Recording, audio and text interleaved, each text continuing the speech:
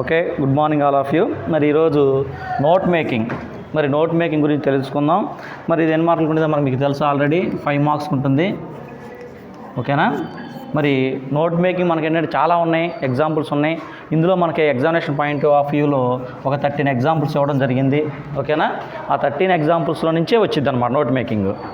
అప్పుడు ఏమైందంటే మనకి ఈజీ అయిపోయిద్ది ఇది ఆన్సర్ చేయటం అనేది. ఎందుకంటే కనుక ఆ 13లో నుంచి ఇస్తారు కాబట్టి ఒకసారి టెక్స్ట్ అంతా కూడా ఒకసారి చదివిన తర్వాత మనకి ఆ పారాగ్రాఫ్లో మరి లైన్స్ ఉంటాయి అన్నమాట, దీనికి సంబంధించినవి ఉంటాయి లైన్స్. ఓకే, గుర్తుపెట్టుకోవడం కనుక వస్తే మీకు ఈజీగా అవుట్ ఆఫ్ 5కి 5 రావడం అనేది జరిగిద్ది అనమాట. ఈ 13లో కూడా మొత్తం మీద ఒక 3 మాత్రం ఏముంటాయి అంటే మనకి దాంట్లో పారాగ్రాఫ్లో ఆన్సర్స్ ఉండవు. ఓకేనా? పారాగ్రాఫ్లో ఆన్సర్స్ ఉండవు. ఉన్నప్పుడు ఏం చేయాలంటే ఆ 3 మీరు కొద్దిగా బై హార్ట్ చేసి చదువుకుంటే సరిపోయింది. మ్యాక్సిమం ఆ 10 ఎగ్జాంపుల్స్ మనకి ఖచ్చితంగా ఏమవుతుందంటే మనకి ఆన్సర్ షీట్లు ఏదైతే ఉండిద్దో సేమ్ అదేవిధంగా ఆ పారాగ్రాఫ్లో కూడా ఉండడం అనేది జరిగిద్ది అనమాట. అందువల్ల అవి చాలా ఈజీగా ఉంటాయి. కాబట్టి నేను చెప్పేటప్పుడు టైం తీసుకునేది, కానీ మీరు మాత్రం ఎగ్జామినేషన్ పాయింట్ ఆఫ్ వ్యూ చాలా ఈజీగా ఉంటుంది. అందుకనే మరి వీటిని కూడా పరిచయం చేస్తాను. ఓకేనా? ఒక్కొక్కటి పరిచయం చేసుకుంటూ వస్తున్నాను. మధ్యలో ఒక్కొక్కసారి లెసన్ చెబుతున్నాను, ఒక్కొక్కసారి ఏమో ఎక్కువగా గ్రామర్కే ప్రయారిటీ అనేది ఇస్తూ ఉన్నాను అనమాట.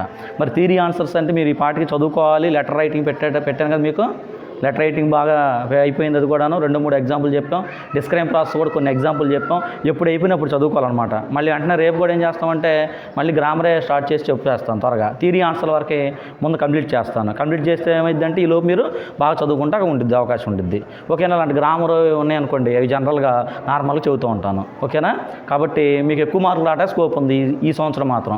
ఫస్ట్ ఇయర్లో మాత్రం మీరు మీ క్యాపబిలిటీని బట్టి మార్కులు వస్తూ ఉంటాయి. సెకండ్ ఇయర్ మాత్రం ఎవరైనా కానీ 95 మార్క్స్ తెచ్చుకోవచ్చు. ఓకేనా? ఎప్పుడైనా కానీ సాధ్యమైద్ది, పెద్ద కష్టమేం కాదు. అందువల్ల ఏంటంటే నేను ముందుగానే థియరీయే చెప్పేస్తాను. ఓకేనా? 2-3 రోజుల్లో చూసుకుని ప్లాన్ చేస్తాను. సరే, నోట్ మేకింగ్ అని అన్నారు. మరి చాలా పెద్ద ప్రాసెస్ చెప్పాలంటే. అంటే మనకి టెక్స్ట్ బుక్లో ఉన్న బిట్లు మాత్రం ఇస్తారు కాబట్టి మనకు చాలా ఈజీగా ఉండిద్ది. ఓకే, అది కాకుండా అవుట్ ఆఫ్ ఇచ్చేస్తాడు. ఇప్పుడు డిగ్రీ ఎగ్జామినేషన్స్ ఉన్నాయనుకోండి, ఫర్ ఎగ్జాంపుల్గా ఆ డిగ్రీ వాళ్ళకి టెక్స్ట్ బుక్లో ఉంటాయి 4-5 మోడల్ ఉంటాయి, అంతే, ఇంకేం ఉండవు అనమాట. బయట జనరల్గా ఉన్న పారాగ్రాఫ్ తీసుకొచ్చి ఇచ్చేసి నోట్ మేకింగ్ చేయమంటారు. చేయమన్నప్పుడు ఏమైందంటే ఆ చెప్పని బిట్టి ఇచ్చినప్పుడు చేయటం ఎలా ఉంటుంది, చాలా కష్టం అయిపోతూ ఉంటుంది అనమాట. ఓకేనా? మరి అప్పుడైతే కష్టం. మరి ఇప్పుడు ఇంటర్మీడియట్ లెవెల్ ఏమైందంటే చాలా ఈజీగానే ఉంటుంది. సరే, ఒకసారి చూడండి, నోట్ మేకింగ్ అని పెట్టాం. ఎమ్ అంటే మీరు గుర్తుపెట్టుకోండి, మెటీరియల్ని గుర్తుపెట్టుకోండి. 255, 256, 257. ఓకేనా? కుదిరితే ఒక 2 ఎగ్జాంపుల్స్ ఉన్నాయి, ఆ ఎగ్జాంపుల్స్ కవర్ చేద్దాం ఈ క్లాస్లో. ఒకవేళ అవ్వలేదనుకోండి ఆ ఒకటే అయ్యిద్ది. ఓకేనా? గుర్తుపెట్టుకోండి. మరి చదువుతున్నాను 255లో మెటీరియల్లో ఓపెన్ చేసుకోండి. ఆ టెక్స్ట్ బుక్లో అయితే ఇంకా చాలా ఎక్కువ ఇచ్చేసారు మ్యాటరు. అందువల్ల మరి టైం కూడా ఎక్కువ తీసుకుంటుందన్న ఉద్దేశంతో ఆ టైం కూడా తగ్గించుకుని ఇందులో చెప్తాను. చూడండి, note making is a process of summarising the given essay into main points and sub points. మరి నోట్ మేకింగ్ అంటే ఏమంటున్నారు అంటే సమరైజింగ్. ఒక పారాగ్రాఫ్ ఏం చేయాలి? సమరైజ్ అంటే తగ్గించాలి. Given essay into main points and sub points. మరి మెయిన్ పాయింట్స్గా కొన్ని పాయింట్స్ గుర్తుపెట్టుకోవాలి, అలానే సబ్ పాయింట్స్ ఉంటాయి అందులోనే, ఆ సబ్ పాయింట్స్ మనం గుర్తుపెట్టుకోవాలి అని చెప్తున్నారు. దాన్నే నోట్ మేకింగ్ అని అన్నారు. తర్వాత note points of note making అన్నాడు. మరి కొన్ని పాయింట్స్ గురించి చెప్తున్నారు. అందులో మనకి ఫస్ట్ పాయింట్ ఏంటంటే మరి స్కిమ్మింగ్. ఓకేనా? స్కిమ్మింగ్ టెక్స్ట్ బుక్లో కూడా ఉండిద్ది, కాకపోతే ఫుల్ డీటెయిల్స్ అనేది ఉండవన్నమాట. ఓకేనా? మరి స్కిమ్మింగ్ అన్నారు. మరి స్కిమ్మింగ్ అంటే ఏంటో ఒకసారి చూద్దాం. Read the given passage carefully at least twice. మరి మినిమం మనకి ఇచ్చిన ప్యాసేజ్ని ట్వైస్ 2 టైమ్స్ చదవాలి అని అంటూ ఉన్నారు. If you cannot figure it out అంటే అర్థం ఏంటంటే ఫైండ్ ఇట్ అవుట్ అని అర్థం అనమాట. అంటే నువ్వు కనిపెట్టలేకపోయినట్లయితే read it again for the third time. 2 times చదివావు, నీకు అర్థం కాల కాబట్టి థర్డ్ టైం కూడా చదవమంటున్నారు. Understand the gist of the passage. Gist అన్నాడు. జిస్ట్ అంటే మెయిన్ ఐడియా అంటాం, లేకపోతే మీనింగ్ అని చెప్తూ ఉంటాం అనమాట. This is called skimming. దీన్ని ఏమంటామంటే స్కిమ్మింగ్ అని అంటాం అనమాట. అంటే ఈ స్కిమ్మింగ్లో ఏం నేర్చుకుంటాం మనం అంటే ఆ జిస్ట్ అనమాట. అంటే ఇచ్చిన టెక్స్ట్లో కాంటెక్స్ట్లో నుంచి మనకి ఇంపార్టెంట్ పాయింట్స్ ఉంటాయి చూసారా, అవన్నిటి కూడాను అంటే ఫస్ట్ నుంచి కూడా లాస్ట్ వరకు చదువుతాం ఇచ్చిన పారాగ్రాఫ్ని. దీన్ని ఏమంటామంటే మనం ఆ స్కిమ్మింగ్ అని అంటాం. 2 టైమ్స్కి అర్థం కాదు, థర్డ్ టైం అని నీకు అర్థమైద్ది కాబట్టి థ్రైస్ చదవమని చెప్తున్నారు అనమాట. తర్వాత చూడండి, తర్వాత నెక్స్ట్ది ఏమన్నారంటే స్కానింగ్ అన్నారు. మరి స్కానింగ్ అన్నాం. మరి స్కానింగ్ అంటే చూద్దాం. While reading the passage underline the important key sentences. It helps in the formation of the titles and sub titles. This is called scanning. మరి స్కానింగ్ అంటే ఏమన్నాడు, while reading the passage underline the important key sentences. మరి ఏం underline చేయమన్నారంటే మనకి key sentences. ఓకేనా, key సెంటెన్సెస్ని underline అనేది చేయమంటున్నారు అనమాట. తర్వాత చూడండి, it helps the formation of the titles and sub titles. This is called scanning. మరి మనం చదువుకునేటప్పుడే కీ సెంటెన్సెస్ కనుక మనం నేర్చుకున్నట్లయితే ఏం చేయొచ్చు అన్నాడు మనకి, టైటిల్స్ రా. ఓకేనా, టైటిల్స్ అలానే సబ్ టైటిల్స్. ఓకేనా, టైటిల్స్ సబ్ టైటిల్స్ మనం గుర్తుంచుకోవడానికి అవకాశం ఉంటుంది. దీన్ని ఏమన్నారంటే స్కానింగ్ అన్నారు అనమాట. స్కానింగ్ అంటే ఏం చేస్తాం, స్కిమ్మింగ్ అంటే చూసుకోండి, స్కిమ్మింగ్ అంటే ఫస్ట్ లైన్ నుంచి లాస్ట్ లైన్ వరకే చదివేస్తాం, దాన్ని ఏమన్నాం, స్కిమ్మింగ్ అని అన్నాం. మరి స్కానింగ్ అంటే ఏంటి అని అంటే మనకు కావాల్సిన ఇంపార్టెంట్ పాయింట్స్ ఉంటే చూసారా, ఆ పాయింట్స్ని ఏమంటామంటే మనం స్కానింగ్ అని అంటామని గుర్తుపెట్టుకోవాలి. తర్వాత చూడండి, నెక్స్ట్ది ఏమన్నాడంటే టైటిలింగ్ అన్నాడు. టైటిలింగ్ అన్నా చూడండి, టైటిలింగ్లో after scanning the passage capture the central idea or theme to give a suitable title. అంటే నువ్వు మొత్తం ప్యాసేజ్ అంతా చదివిన తర్వాత ఏం చేస్తావు అని అంటే జనరల్గా సెంట్రల్ ఐడియా. ఓకేనా, ఏంటి ఐడియా, సెంట్రల్ ఐడియా. ఓకేనా, సెంట్రల్ ఐడియా లేకపోతే మెయిన్ ఐడియా కూడా మనం చెప్పుకోవచ్చు. ఓకే, దానికి ఏం చేస్తాం మనం అంటే జస్ట్ ఒక టైటిల్ అనేది మనకి జనరల్గా ఇవ్వడం అనేది జరిగిద్ది. అంటే ఏం చేయాలి, మనం కాంటెక్స్ట్ మొత్తం కూడా పారాగ్రాఫ్ని అర్థం చేసుకోవటం అనేది మనకి రావాలి. తర్వాత నెక్స్ట్ చూడండి, మేకింగ్ రఫ్ నోట్స్ అన్నాడు. మేకింగ్ రఫ్ నోట్స్ అన్న చూడండి ఒకసారి. Make a rough note of all important and main points and assign them A logical sequence of numbers as shown below. మరి మెయిన్ పాయింట్స్ సబ్ పాయింట్స్ అని అన్నాం కదా, మరి వాటిని ఎలాగా నీట్గా చేయాలి అని అంటారా, లాజికల్ సీక్వెన్స్ అంటే ఒక సీక్వెన్స్ ప్రకారంగా మనం 1 by 1 తర్వాత యాడ్ చేసుకోవాలి అని అంటున్నారు. అందులో మనకి ఫస్ట్ది మరి స్మాల్ అని ఇచ్చారు. మరి మెయిన్ హెడ్డింగ్స్ అన్నారు. మెయిన్ హెడ్డింగ్స్కి ఏం చేయాలంట చూడండి, రోమన్ నెంబర్స్ ఇచ్చారు, 1 2 3 4 అని ఇవ్వడం జరిగిందిరా. ఓకేనా, ఇంకా ఎక్సెట్రా కూడా మనం పెట్టుకోవచ్చు. ఓకేనా, అలా గుర్తుపెట్టుకోవాలి. తర్వాత నెక్స్ట్ బి చూడండి, బి ఏమి ఇచ్చారంటే సబ్ హెడ్డింగ్స్ అన్నారు. సబ్ హెడ్డింగ్స్ని ఎలా గుర్తించాలి అని అన్నారంటే మనకి ఏబిసిడి ఇచ్చారు, స్మాల్ ఏ స్మాల్ బి అలాగే ఇచ్చారు, ఇంకా ఎక్సెట్రా అది. నెక్స్ట్ సి చూడండి, మళ్ళీ ఇందులోనే సబ్ హెడ్డింగ్స్. మరి ఇవి ఎలా గుర్తుపెట్టుకోవాలంటే మరి రోమన్స్ ఇచ్చారు, స్మాల్ రోమన్ 1 2 3. ఓకేనా, అలానే 4 అనమాట, ఇంకా ఎక్సెట్రా అని ఇచ్చారు. ఎలా గుర్తుపెట్టుకోండి, మెయిన్ హెడ్డింగ్స్ని ఏం చేయాలి, 1 2 3 4ని గుర్తుపెట్టుకోవాలి. అలానే సబ్ హెడ్డింగ్స్ని గుర్తుపెట్టుకోవాలి, ఏబిసిడి అని గుర్తుపెట్టుకోవాలి, స్మాల్ ఏ స్మాల్ బి అని. సబ్ హెడ్డింగ్స్ ఎలా గుర్తుపెట్టుకోవాలి, 1 2 3 4 అనేది గుర్తుపెట్టుకోవాలి. ఓకే, ఇలా డివిజన్ చేయాలి. ఓకేనా, తర్వాత చూడండి, నెక్స్ట్ మనకి ఏమంటున్నారంటే నెక్స్ట్ 5th పాయింట్ అబ్రివేషన్స్. ఓకేనా, ఏంటంటున్నారంటే అబ్రివేషన్స్ రా. మరి ఈ అబ్రివేషన్స్ కూడా మరి ఫుల్గా రాయాలా లేకపోతే షార్ట్ కట్లో రాయాలా మనం చూద్దాం.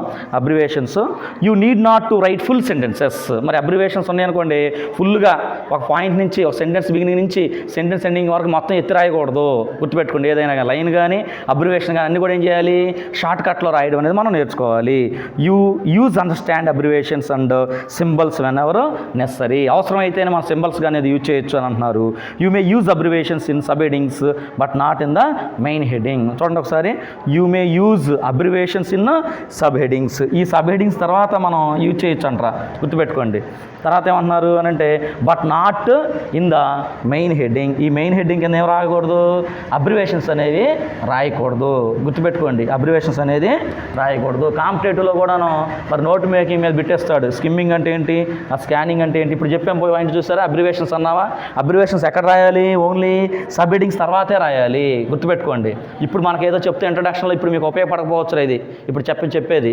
తర్వాత మీకు మాత్రం మీరు కాంపిటేటివ్ కానీ ప్రిపరేషన్ అయినప్పుడు మరి ఇంగ్లీష్ మీద గ్యారెంటీకి బిట్లు ఉంటాయి అనమాట. మరి ఇలాంటి చిన్న బిట్లే. ఓకేనా, సబ్ హెడ్డింగ్స్ తర్వాత మాత్రమే రాయాలి, లేదే అబ్రివేషన్స్ అనేవి. గుర్తుపెట్టుకోండి. ఓకే, మెయిన్ హెడ్డింగ్ కింద రాయకూడదు అని పాయింట్ ఇచ్చేసారు. అది 5th పాయింట్లో. తర్వాత నెక్స్ట్ 6th పాయింట్ చూడండి ఒకసారి. Do not get over enthusiastic with abbreviations. మరి ఎంతూజియాస్టిక్ అంటే ఎగ్జైట్మెంట్ గురవ్వకూడదు. అబ్రివేషన్ రాగానే నాకు తెలుసు లేకపోతే మొత్తం రాయొచ్చు అని అనుకుని ఓవర్గా మనం ఎగ్జైట్మెంట్కి గురవ్వాల్సిన అవసరం లేదు. You should not abbreviate every word, ప్రతి వర్డ్ కూడాను మనం రాయాల్సిన అవసరం కూడాను లేదు అని అంటూ ఉన్నారు 6th పాయింట్లో. You should not right your own observations. అంటే ఇక్కడ కూడా ఏమంటున్నాడు, not to right own observations. ఓకేనా? అబ్జర్వేషన్స్ అంటారా, మనం చెప్తాం ఏంటంటే మన సొంతగా పారాగ్రాఫ్ ఇచ్చాడు, మనకు తెలియదు కాంటెక్స్ట్ ఇచ్చినప్పుడు మనం ఏం చేస్తాం, ఏదో హెడ్డింగ్ పెట్టేసేసి 1 2 3 10 పాయింట్స్ రాయమని చెబుతాం. నేనే చెబుతాను. ఓకేనా? నువ్వు చదివింది రానప్పుడు ఏం చేయాలి, అదంతా చదివిన తర్వాత నీకు ఏదైతే అర్థమైందో దానికి ఒక టైటిల్ ఇవ్వాలి. టైటిల్ ఇచ్చేసి 1 2 3 నుంచి 10 వరకే మినిమం పాయింట్స్ రామని చెప్తూ ఉంటాం అనమాట. జనరల్గా చెబుతూ ఉంటాం. ఓకేనా? మరి ఇలా జనరల్గా చెప్పినప్పుడు ఇలా కుదిరిద్దానంటే ఓన్ అబ్జర్వేషన్స్. ఓకేనా? Do not right own observations. ఇవి రాస్తే మనకి మార్క్స్ అనేవి మనకి రావు ఎగ్జామినేషన్ పాయింట్ ఆఫ్ వ్యూలో. కాబట్టి యాజ్ ఇట్ ఈస్గా దాన్ని కరెక్ట్గా సమరైజ్ చేస్తేనే నీకు వస్తాయని అర్థం చేసుకోవాలి మీరు. నెక్స్ట్ 7th పాయింట్ చూడండి. You can also use different kinds of formats depending on the theme of the passage. మరి ఆ ప్యాసేజ్ ఉద్దేశం ప్రకారం మనం డిఫరెంట్ ఫార్మాట్స్ యూజ్ చేయొచ్చు అంట. మరి ఏ ఫార్మాట్లో చూడండి, it could be a serial or sequential such as flow chart. మరి సీక్వెన్స్గా సీరియల్ ఆర్డర్లో కనుక ఉన్నట్లయితే మరి ఫ్లో చార్ట్ తెలుసుగా మీకు పైనుంచి కింద వరకే వేస్తాను చూసారా, అది వేస్తే బాగుంటుంది అని అంటున్నారు. లేకపోతే మరి ఇన్ఫర్మేషన్ కనుక సూటబుల్ అనుకో పై చార్ట్ మనం ఫస్ట్ ఇయర్లో నేర్చుకుని చూస్తారా, ఆ పై చార్ట్ నీట్గా డ్రా చేయొచ్చు అన్నారు. లేకపోతే బార్ గ్రాఫ్ కనుక సూటబుల్ అయితే బార్ గ్రాఫ్, అలానే combination of written text and diagram also. మరి ఇలా కూడా మనం ఇంకా రకరకాలుగా చేయొచ్చు అని అంటున్నారు. మీరు కూడా చూడండి ఒకసారి, ఎక్కువగా ఇప్పుడు ఈ పై చార్ట్ కానీ ఓకేనా లేకపోతే గ్రాఫ్ కానీ చెయ్యాలనుకున్నాను కరెక్ట్గా అలానే చెయ్యాలి. మ్యాటర్ అంతా కూడా రాసి 1 by 1 పాయింట్ రాసే బదులు ఒకవేళ మీకు కుదిరితే కనుక ఆ డయాగ్రామ్ కనుక వేస్తే మరి అవుట్ ఆఫ్ 5 రావడం అనేది జరిగిద్ది. మళ్ళీ అదేవిధంగా మీరు ఏం చేయాలి, అండర్లైన్ చేయాలరా. మీరు పాయింట్స్ వైజ్ రాసినప్పుడు ఇంపార్టెంట్ పాయింట్స్ ఉంటే చూసారా, ఆ ప్రతి దానికి ఒక 4 or 5 ఓకేనా మొత్తం నోట్ మేకింగ్ ఆన్సర్ చేసిన దాంట్లో ఒక 5 అండర్లైన్స్ కూడాను ఉండాలి. ఓకేనా? ఎప్పుడంటే నువ్వు పర్ఫెక్ట్గా ఎగ్జాక్ట్గా రాసినప్పుడు. నేను రాయలేదండి సరిగా ఏదో మొత్తం ఏదో ఫార్మాలిటీగా రాసుకున్నాను అంటే మీరు అండర్లైన్ చేయాల్సిన అవసరం లేదు అప్పుడు. ఓకేనా? అది కూడా పాయింట్ గుర్తుపెట్టుకోండి. తర్వాత నెక్స్ట్ చూడండి. మరి 7th వన్ ఏమన్నాడంటే డిఫరెంట్ ఫార్మాట్స్. ఓకేనా? డిఫరెంట్ ఫార్మాట్స్ మరి యూజ్ చేయొచ్చు అంటున్నారు. మరి లాస్ట్ పాయింట్ చూడండి ఒకసారి.